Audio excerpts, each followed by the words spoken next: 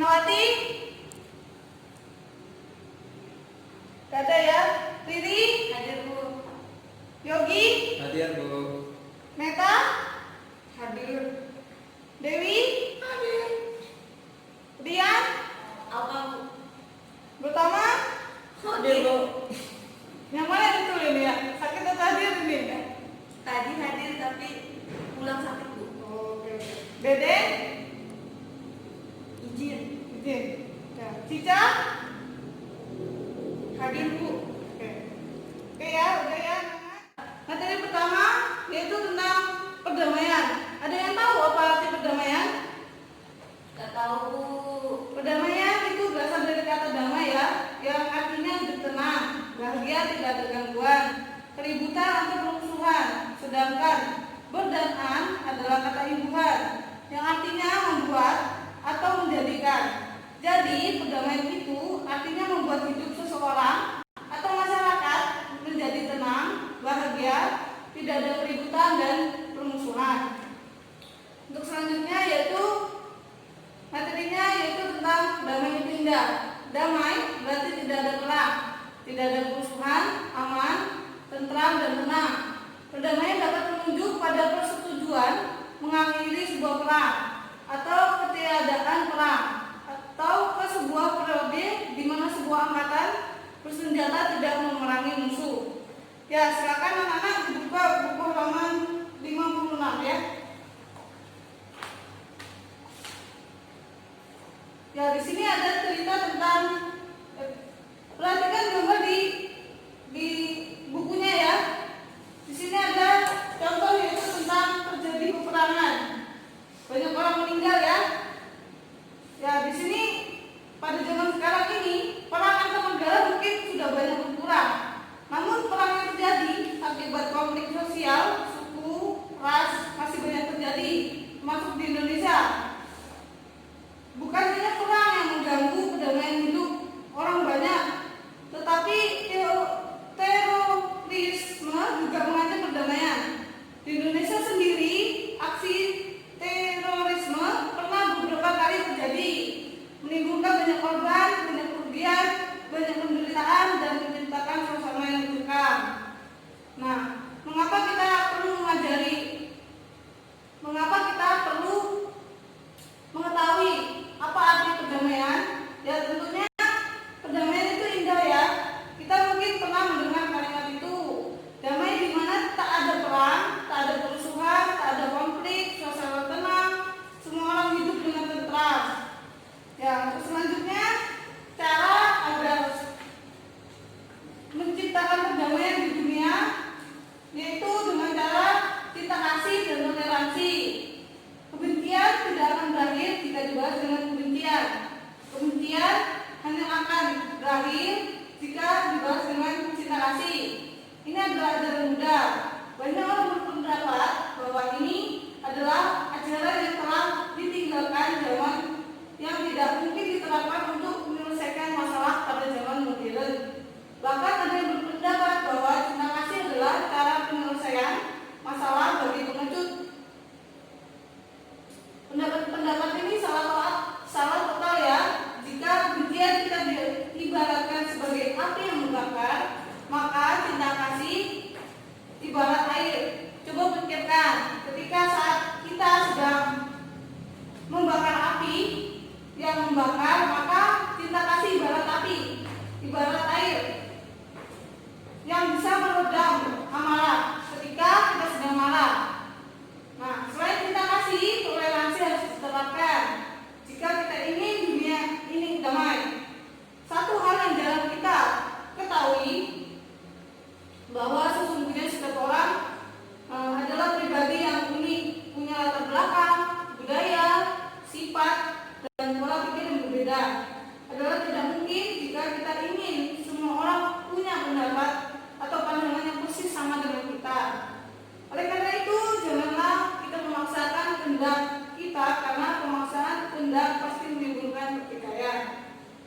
Kurangnya sikap toleransi menunjukkan seseorang egois dan hanya mementingkan diri sendiri. Contohnya dalam keluarga kita. Jika semua anggota keluarga tidak toleran terhadap anggota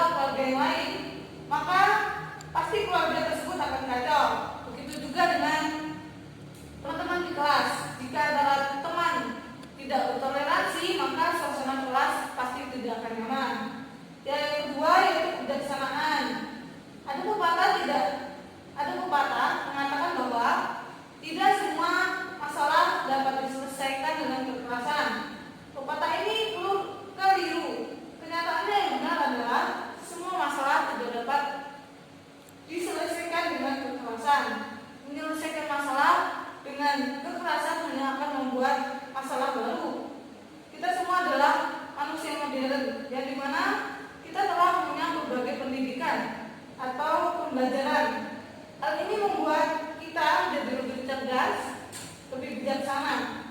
Semua masalah dapat diselesaikan oleh kebijaksanaan dengan cara yang piawai, misalnya dengan perundingan yang sama-sama menguntungkan bagi semua pihak. Salah satu contoh kebijaksanaan yang berhasil mewujudkan perdamaian adalah konflik berkepanjangan di Aceh yang selama 29 tahun sejak 1975 hingga 2005. Konflik tersebut akhirnya diselesaikan dengan kesepakatan damai antara gerakan separatis di Aceh dan pemerintah Indonesia.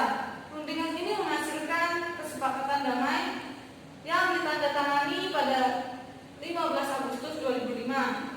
Berdasarkan perjanjian tersebut, Aceh akan menerima otonomi khusus di bawah Republik Indonesia, dan pemerintah Indonesia menarik dari tentara dan hanya menempatkan tentara beretnis Aceh dan dilakukannya penunjukan senjata kelompok separatis dan pemberontakan. Selanjutnya yaitu malu dan takut. Tentunya juga mengajarkan kita untuk malu berbuat jahat dan takut jika berbuat jahat yang akan membuahkan karma buruk bagi kita. Jika setiap orang malu dan takut berbuat jahat, maka tak seorang pun yang akan melakukan kejahatan. Dengan demikian hidup akan menjadi lebih damai. Itulah mengapa Buddha menyebut malu dan takut berbuat jahat sebagai pelindung dunia. Sabda Sang Buddha, kemenangan menimbulkan kebencian. Ia yang kalah berdiam dengan derita. Ia yang tenang berdiam dengan bahagia. Setelah meninggalkan menang dan kalah. Dikutip dari Dhammapada 201. Untuk selanjutnya materi yaitu mengenai peran gong perdamaian Nusantara peredam konflik. Gong perdamaian dunia tentunya adalah simbol dari perdamaian dunia yang memfasilitasi persatuan, persaudaraan, dan kemanusiaan di planet bumi. Pada permukaan gong perdamaian dunia berisi gambar bendera negara-negara di dunia. Bagian tengahnya pun terdapat beberapa lambang agama-agama yang ada di dunia seperti Buddha, Hindu, Kristen, dan lain-lain. Contohnya seperti ini ya. Gong perdamaian dunia mengandung harapan agar tak ada lagi perang, konflik, terorisme, dan ancaman lain di muka bumi ini. Gong perdamaian ini diprakarsai oleh Ketua Komite Perdamaian Dunia. Gong ini pertama kali didirikan di Bali setelah peristiwa bom Bali pada tahun 2002 dan diresmikan oleh Presiden Megawati Soekarno Putri. Desain gong perdamaian dunia menyerupai gong perdamaian yang ada di Gunung Muria pada sejak 450 tahun yang lalu. Gong perdamaian dunia tak lain bisa kita temukan di Bali, di Ambon, di Jepara, Palu, Yogyakarta, Genewa, Swiss Jerman, New Delhi atau India, Taiwan, Shandong Cina, Godolho Hungari, Vientiane Laos, Boyaca Kolombia, Maputo Mozambik, Kemchuk Ukraina, Vukovar Kroasia. Ya, untuk selanjutnya Ibu akan menceritakan suatu kisah mengenai agama Buddha tentang perdamaian dunia. Contohnya yaitu Kajang Sakya dan Korea yang dipisahkan oleh Sungai Rohini. Rakyat di kedua kerajaan menggunakan air Sungai Rohini untuk bercocok tanam. Sebuah bendungan dibangun di sungai itu agar mereka bisa menggunakan air sungai itu dengan adil. Nah, suatu ketika permukaan air tersebut mencapai titik rendah. Kebun para jiwa milik kedua suku itu tidak memperoleh air yang cukup. Pemimpin para tani dari kedua negeri tersebut tentunya mengadakan pertemuan untuk merundingkan masalah pembagian air. Pada awalnya pertemuan dimulai dengan damai. Namun kemudian dari masing-masing kedua belah pihak bersikeras untuk menang. Situasi pun memanas. Kemudian mereka saling menyanggah, mencela dan memaki dengan ketus. Tak satu pihak pun bersedia mengalah. Pertemuan itu pun berakhir dengan perkelahian. Tentunya mereka melaporkan masalah ini kepada Menteri Pertaniannya masing-masing, yang dimana kasus memperebutkan air menjadi urusan negara. Tak kalah laporan itu sampai pada Dewan Rakyat. Kedua kerajaan itu pun siap untuk berperang. Namun pada saat itu Sang Buddha tengah berdiam di Wihara Jatawana di Sawati. Pada waktu wajar ketika melihat isi dunia dengan mata Buddhanya, beliau menyadari bahwa pertempuran sengit akan terjadi antara warga Sakya dan Korea. Tentunya mengetahui bahwa perang hanya akan menyengsarakan kedua pihak, maka Buddha pun pergi ke medan pertempuran. Setibanya di Sungai Rohini, Buddha pun melayang dalam posisi bersila di tengah sungai di antara kedua pihak yang jelang berperang itu. Ketika warga Sakya dan Korea melihat Buddha, mereka memutuskan untuk meletakkan senjata dan memberi hormat pada Buddha. Mereka merasa tidak pantas untuk berperang di hadapan seorang Buddha. Kemudian Buddha pun turun dengan anggun dan Buddha bertanya, manakah yang lebih berharga, air Sungai Rohini ataukah Ibu Pertiwi? Tentunya mereka menjawab, air Sungai Rohini ini tidak ternilai dengan nilai Bumi Pertiwi, Bante. Buddha melanjutkan, lalu menurut kalian seberapa berhargakah kaum kesatria? Nilai kesatria tidaklah terbatas, Bante, jawab mereka. Nah, tentunya dari cerita tersebut kita akan mengetahui bagaimana Sang Buddha mengajarkan perdamaian dalam menghadapi semua permasalahan yang terjadi. Dalam agama Buddha pun agama yang mengutamakan perdamaian. Umat Buddha tidak dibenarkan berperang demi agama Buddha. Umat Buddha tidak pernah memerangi orang lain dengan alasan apapun. Tentunya tidak ada yang namanya perang demi keadilan dalam agama Buddha. Ajaran Buddha tidak pernah disebarkan melalui cara kekerasan. Jadi janganlah sekali kita menabuh genderang pertengkaran dengan siapapun, dengan alasan apapun, apalagi atas nama agama Buddha.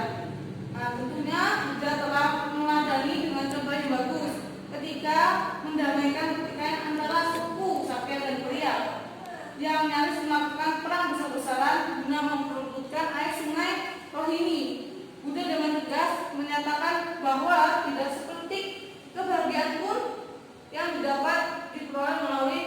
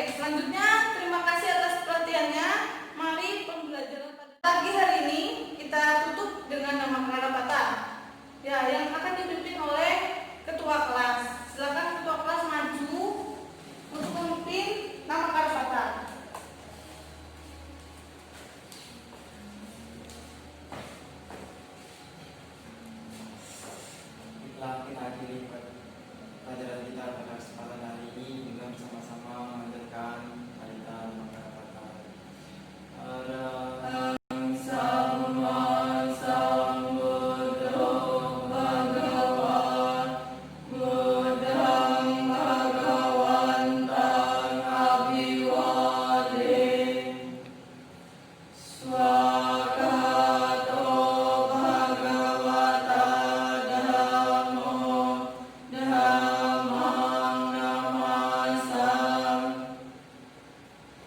Supatipanno Bhagavato Sawaka Sangho Sanghang Namam Sabi Sata Bhavantu Sukhitata. Semoga semua makhluk berbahagia. Sadhu, sadhu.